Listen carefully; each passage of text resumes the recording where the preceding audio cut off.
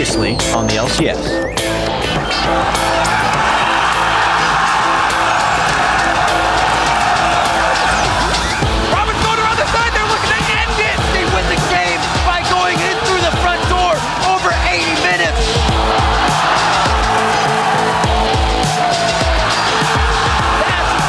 Coming now from the Phantom Dancer, he's getting the procs that he wants. Another double kill in the game coming in for him. LMQ's gonna have a win against every team in the league. CLG with the win will be in first place. On to the fountain is where they push Dignitas for their own solace. Dignitas gets taken down by Counter Logic Gaming. Way too much EG on the fight right now. The quadra kill coming in for Alltech. They stopped the 6-game bleeding streak.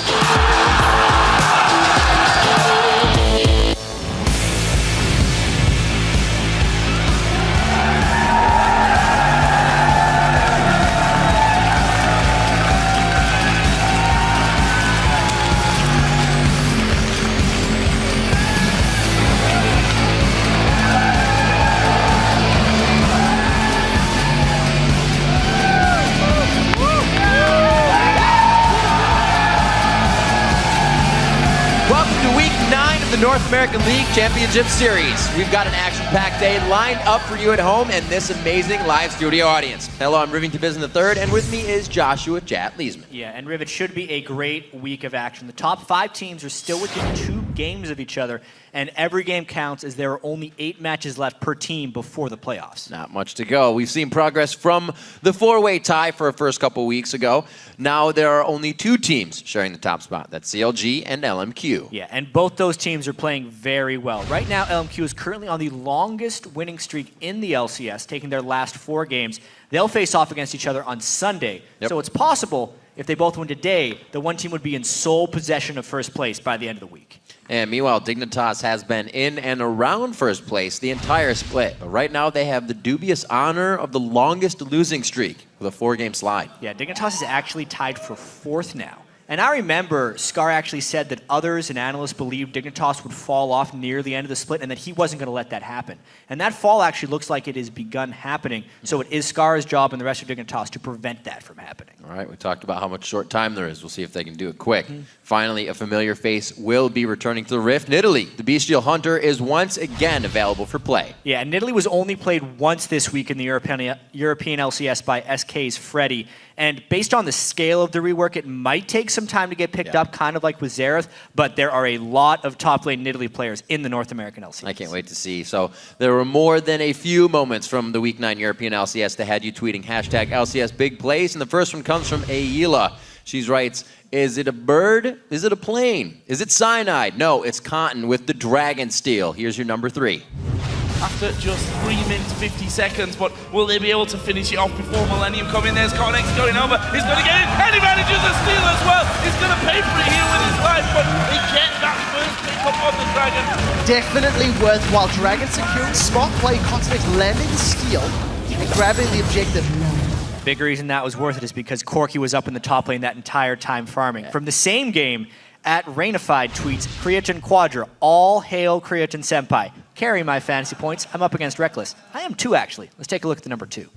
Brilliant solar play gets 3. This could be a whitewash for Millennium. Zaza's going to get his Bloodwell pops here any second. They've killed off Overpower. Celeber is going to go down. He's right in the middle. And Kirk now going to step forward. Has he got the pace to get in? There's the gold card. And that is going to be 4 men down for Roccat. And a triple kill for Creatine. 8-0-2 now. Creatine still chasing, gets caught out, manages to get the quadra at the end of the fight. Get in him. I even TP up in case. Kobe, don't chase. Okay.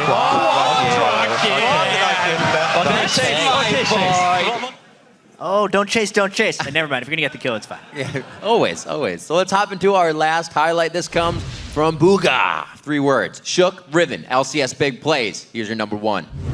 Colleen coming out, missed the roll, being hit by Frogger's ulti from the backside. There's a shockwave. Shook's going to go down here possibly. Oh, he's got away. He's alive. Somehow out of that one. And now Impaler turned around. And there is Shook from the side to throw his ulti in. And there's 1 man down. But you've got to feel it's going to be more here. Finding the next target. This is going to be 3 then dead for the Super. Oh, got a kill too. Stone somehow survived all that damage. Subar Kuda used everything on trying to kill Shoki, just dances away. That did manage to kill him. He came back in the fight.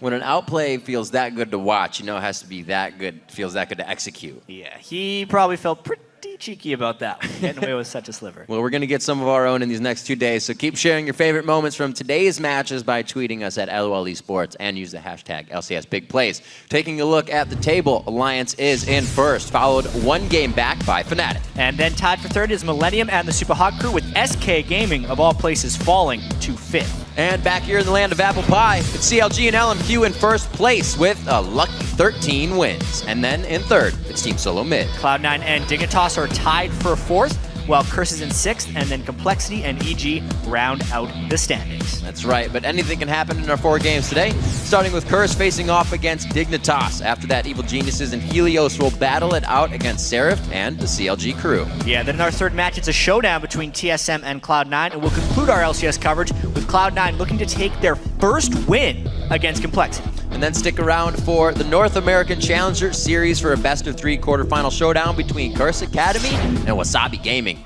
But be sure to head over to lolesports.com and put your precognitive powers to the test. Click on schedule, select week 9, and tell us who you think will win. Also there you can find our new and improved VOD Hub. Quickly find all your favorite matches from this year, ready to watch at the click of a button, and spoiler-free. That's right. Or if you're looking to kick your LCS experience up to 11, click on the tickets link for all the details on how you can join our studio audience, like all these cool people here, to see all the action in person. But for now, we're going to go ahead and send it over to the analyst desk. Thanks, Riv. Hello, everyone. I'm James Dash Patterson, and joining me to help set the stage for today's action is David Freak Turley and Sam Kobe Hartman Kensler. Guys, are you excited for this weekend of games? Of course I am. It's going to be a whole bunch of fun. Absolutely. And we're going to start by breaking down a few of the faces we'll be keeping an eye on this week. Yeah, first up, it is Inox, who has been struggling in recent weeks and could benefit from Nidalee's return. We'll have to see if he can play the champion as well since she was reworked. Now, next up, we're going to stay in the top lane and go to Complexities to keep an eye on West Rice. In recent weeks, he's actually found a strategy that works for his team by just building himself into an unkillable tank. If it works again today, Complexity will get their 3rd straight victory against Cloud9. Then it's the spring split MVP Bjergsen. TSM is only 1 game back from first place, and today he'll face off against Xiao Xiao, who has bested him in their last 2 meetings. Then we'll also stay in the mid lane and watch Curses in Voyboy. He had a lot of momentum coming out of their 3-1 Super Week, but then lost most recently to the 7th and 8th place team, so they have to kind of pick up the slack from here. And finally, it's Crumbs. Dignitas are currently lower in the standings than they have been all year long. And they've looked shaky in that early game. Dignitas are going to need Crumbs to bring that early game pressure to help them snap their losing streak. All right, well, each week, fans have gotten a taste of what teams say in the huddle with the LCS preview show's All Chat. But the all-important in-game communication is what creates a strong team out of 5 individuals. Communicating is just both ways. You just have to listen to your teammates and take the information in and make the best out of the situation. The second we hit the champion selection music, it's like we make a switch. Try for us. That's like so sad. Okay, pick some bets. Alright. We are always telling each other what our laner's getting. He doesn't have any damage items though. He built a locket first. To gauge how a fight would go or how we need to approach our next play. Yeah, or he hasn't bought yet, like 100% Grimmin. Okay. It's really important that you talk about the team fights beforehand. During team fights, everyone should know what they're doing. I'm gonna wall this in 3, 2. I'm gonna wall the left side, I think. Yeah. Watch hard. I see it. Okay, hit the tower. Gragas holds down, right? He used it. Yep. Okay, he used it. It's usually the initiator who will call, like, maybe a Thresher would look for a hook or a flash play. Then the person who can follow up will say, I can follow up. I'm coming. Nice, get Thresh! Got him. Nice. As soon as a call is made, it's up to the players to just follow through. It's important that everyone listens, and even if you don't believe it might be the right thing, sometimes you just gotta take risks, so you need to put belief in your teammates and just trust their call. Seraph. Here, the side lane. The Afro link. That's okay, we can push up mid again. We can push up mid again. Do the same thing again. They got See, talked. we can do that again and again, and eventually we're gonna land a skill and we're gonna kill one, okay? Yeah. The biggest issue is that everyone needs to start listening. Every call that has been made needs to be only made once and listened to immediately. Repetition leads to a lot of clutter and voice comm, and that's what you want to avoid. Kite back, I can flank. Stick on the same side. Look at me. Look at the flank. I think that happens to a lot of other teams a lot more, where everyone is kind of like screaming, like, let's go for this guy, this guy, this guy, and it's just like overload of information. Where with ours, usually it's just high. Let's go, let's go, let's go, let's go, let's go, let's go, let's go. Keep going, keep going. Make him flash, make him flash. Or you're not flash, careful, stop chasing, ball, stop chasing. You flash, you flash, you flash. That's flash. 25 Trish flash. When you have one person doing it, if he's doing it correctly, it goes out very well for you. Decisiveness is definitely like the one thing. If you're the more decisive team in late game, you will win 100%. Let's go, let's go, flash, let's go. Let's go, go, go, go, go, go. He's gone. Evelyn's right here. In a. Back. I got switch out. That's going to be the game. CLG takes down Team Solomon. Now, guys, you heard the players. How important is it to have that one voice on a team? It definitely is really important, but I think what's just as important, but not mentioned nearly as much, is the fact that all the other people on the team have to constantly be feeding information to the shot caller so that they can make an informed decision. There's no way that one person can gain enough information from across the whole map to make an informed decision without the help of everyone on their teams. It's gold timers, item thresholds, cooldowns, everything. People have to constantly be updating that person. Yeah, I really agree. And actually, I want to kind of back up what Lemonation said about having just high as the shot caller, because I didn't really notice it very much until we went and watched the Doombots video. Because when you're talking, like, you can process what you hear and process what you're saying. But if you're hearing things while you're talking, everyone just hears two voices and they don't understand what you're saying. Like, you guys missed out on so many puns during the video because you couldn't hear me over Kobe talking about killing people, and that was horrible. But it's something you actually just don't realize until you hear it back. Like, if you're ever talking over someone, nothing is actually understood at all. And having that one voice is actually incredibly useful. Well, Kobe was just too focused on winning the game. Well, I mean, I had the most kills. I mean, I was clearly too. He's still pushing for that MVP. The vote is over. Vote for me. All right. Well, Kobe, I have a slightly more specific question, which is that back when you were playing, who would you say is the best shot caller that you got to play with? We actually had no good shot callers on our team. We're pretty bad at shot calling. I specifically remember one time at the World Cyber Games, we're pushing up mid lane and Chasha says, "Oh, if we're going to dive, now would be the time." So I go right in. I get dumpstered. Everybody runs away. And he was like, "Yeah, I said if we were going to dive." Qualifying everything before it actually happens. Well, of course, yeah. One of the big keys for the shot calling is that everyone actually has to listen to the call too, right? I feel like that's one of the things that is most important is all the rest of the members need to actually be listening and following 100%, right or wrong.